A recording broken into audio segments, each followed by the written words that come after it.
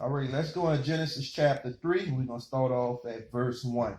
This is the consequence of not listening to the Most High when He says for you to do something and you decide that you're going to go against Him and you're going to please yourself or you're going to please your spouse or you're trying to gratify your own flesh. This is what happened when you get tested.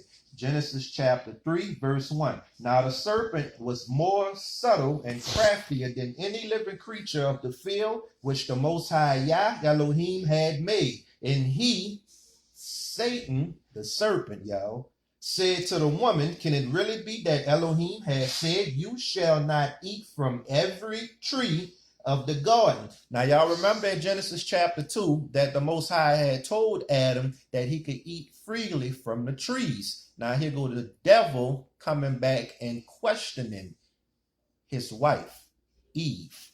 All right, chapter 3, verse 2. And the woman said to the serpent, we may eat the fruit from the trees of the garden. 3, except the fruit from the tree which is in the middle of the garden. Elohim has said, you shall not eat of it, neither shall you touch it, lest you die. Now see, Adam and Eve both had that commandment. They already knew what was getting ready to happen if they decided to go against what the Most High said, yet they still did it anyway. We're going to get there. Just bear with me, y'all. Verse 4, the serpent said to the woman, you shall not surely die. Look at this double-tongued bastard. Look how quick he just slithered his way in, and he told Eve that she shall not die, and she just told him a verse before that, you will die if you touch it, the Most High Yah said, even if you eat of it. That was the thing. They wasn't supposed to touch or eat from it. 5, for Elohim knows in the day you eat of it, your eyes will be open and you will be like Elohim, knowing the difference between good and evil and blessing and calamity. Look how he just threw that out there. Verse 6, and when the woman saw that the tree was good, suitable and pleasant for food and good, it was delightful to look at and a tree to be desired. In order to make one wise, she took of its fruit and ate. And she gave some also to her husband, and he ate. They didn't even try to reason. It's like all their reason and logic went out the window. I'm going to just do this because the serpent said. Or I'm going to do this because my wife did it. Now I'm about to eat it. All right. Verse 7. Then the eyes of them both were open, and they knew they were naked. And they sewed fig leaves together and made themselves apron-like girdles. 8. And they heard the sound of the Most High Yah walking in the garden in the cool of the day. And watch what Adam tried to do. And Adam and his wife hid themselves, him and Eve. They took out and they hid themselves like they was going to actually be able to hide from the Most High Yah. They hid themselves from the presence of the Most High Yah Elohim among the trees of the garden. Verse 9, but the Most High Yah Elohim called Adam. He called to Adam and said to him, where are you? Verse 10, he said, I heard the sound of you walking in the garden, and I was afraid because I was naked and I hid myself. See, this is the problem, the consequences that happen when you decide to go against what the Most High said. He told them not to do it.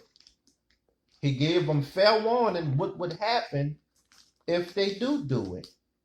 But let's go a little further. 11. And he said, and what we talking about when he said, we talking about the Most High Yah Elohim. He's the one that's talking right now. And he said, who told you that you was naked? See, the Most High got burnt up right there in that instant. Have you eaten of the tree of which I commanded you that you should not eat? Here come the blame game, y'all. And the man said, the woman, look how quick he just threw Eve under the bus and rolled over her. He was driving this night. And the man said, the woman whom you gave me, she gave me fruit from the tree and I ate. I just felt like a little Ahab spirit got in him. He just She had it and I ate it. He ain't even try to slap it out of her hand or nothing. He just ate it. All right. Verse 13. And the Most High Yah Elohim said to the woman, now here she goes. She about to start blaming. What is this you have done? And the woman said, the serpent beguiled me, and he deceived me, and I ate. See, she just felt for it because it was the picture that she seen. He showed the tree and all its beauty and its glory and everything else, and that went to her head. It went straight to her head. Verse 14, and the Most High Yah Elohim said to the serpent, because you have done this, you are cursed above all domestic animals and above every wild living thing of the field. Upon your belly you shall go, and you shall eat dust and what it contains all the days of your life. 15, and a woman, man. 15, and I will put enemy between you and the woman and between her offspring and your offspring, and he will bruise and tread your head underfoot, and you will lie in wait and bruise his heel. 16, see this here, this 16, this for y'all women. To the woman he said, I will greatly multiply your grief and your suffering in pregnancy, and the pains of childbearing with spasms of distress, and you will bring forth children. Yet your desire will be, and craving will be for your husband, and he will rule over you. See, us men, we ain't stepped up to the authority that was given to us in the first place. Adam gave up his authority to his wife because he wanted to please her. That's why he bit of the forbidden fruit, and he went against what the Most High Yah told him not to do, even though he was put there first. We got to step up. Here come our punishment next. And then Adam, he said, because you have listened. See, he gave up his authority to Eve. And to Adam, he said, because you have listened and given heed to the voice of your wife, and have eaten of the tree of which I commanded you, saying, you shall not eat of it. The ground is under a curse because of you. In sorrow and toil you shall eat of its fruit all the days of your life. Now, if you would just listen to what the Most High is telling you, you'll be better off. That's right. Not just because we rebelled, our women, our wives, they suffer with pregnancy.